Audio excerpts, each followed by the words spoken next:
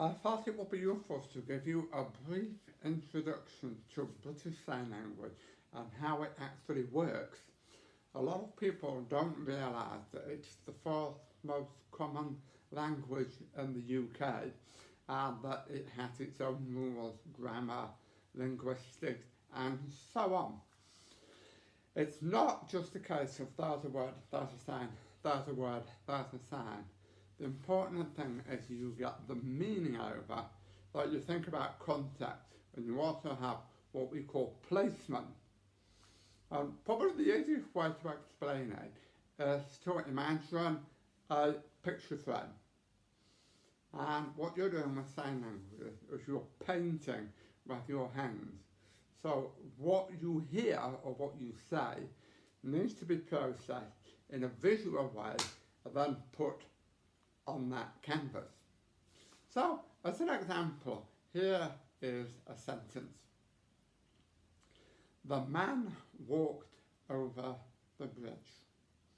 Now if I sign that word for word, it looks like this.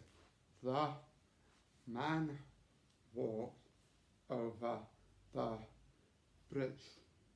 But the problem with that the man walked over the bridge is the man has not walked over the bridge. If you're going to paint that, what's the first thing that you will put on the canvas? It's the bridge.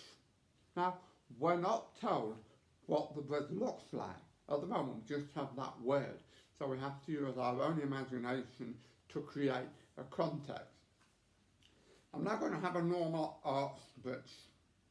And then I have a man, well, he's there, and he walks over it. So the man walked over the bridge. For all those words, but you need very few signs. So, bridge, man, and he walks over it. Now, if it was a viaduct, the man would obviously have to walk up and along, and then he'd go at that level. If it was a rope bridge, which is a bit more wobbly, then the man would approach it, but then he would cross it like that, a little bit more wobbly. So the context is really important. And I say what to think about the place. So with the bridge, I've had the man coming from that side, but equally, he could come from that side. We could say that the man walked over the bridge, he stopped halfway and he watched a boat, or he watched some children playing. And all of those things have a very specific place. With the song in Friday afternoon selection, there aren't many that are too complicated. But when you're signing a song, it's not only a case of thinking of the sign and the placement and the context, you've also got to think about the rhythm, the speed, the volume and the emotion. And all these elements which have to feed into it. Luckily, none of these songs are particularly complicated, and I hope that nobody will feel scared of at least having a go. As an example, let's have a look at one of the songs which was recorded, which is the Sky Boat song, which we have speed up bonny boat like a bird on the wing. Let me sign every single word and you can see a problem.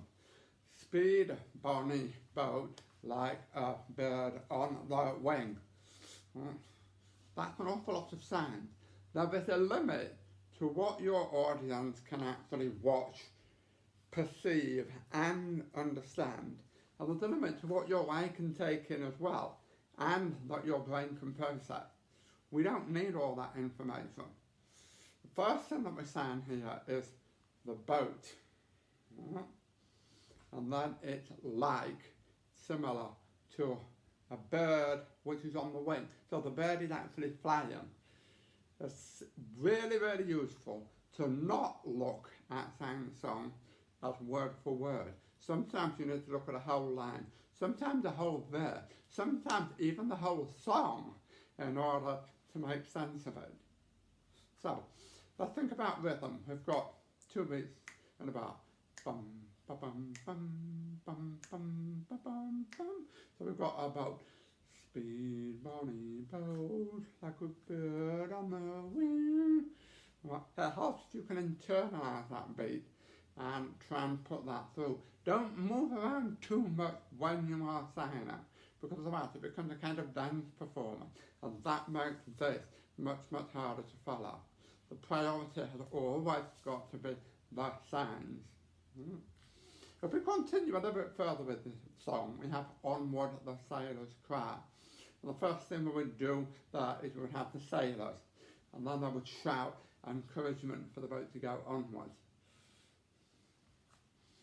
So if we put those 2 lines together, we have speed bonny boat like a bird on the wing, onward the sailors cry. And hopefully you can pick up the beat. When it comes to volume, that is to do with the size of the sound. If someone's singing quietly, you would sound smaller. If it's loud, you would sound bigger. But don't over-exaggerate, because that makes it harder for people to follow.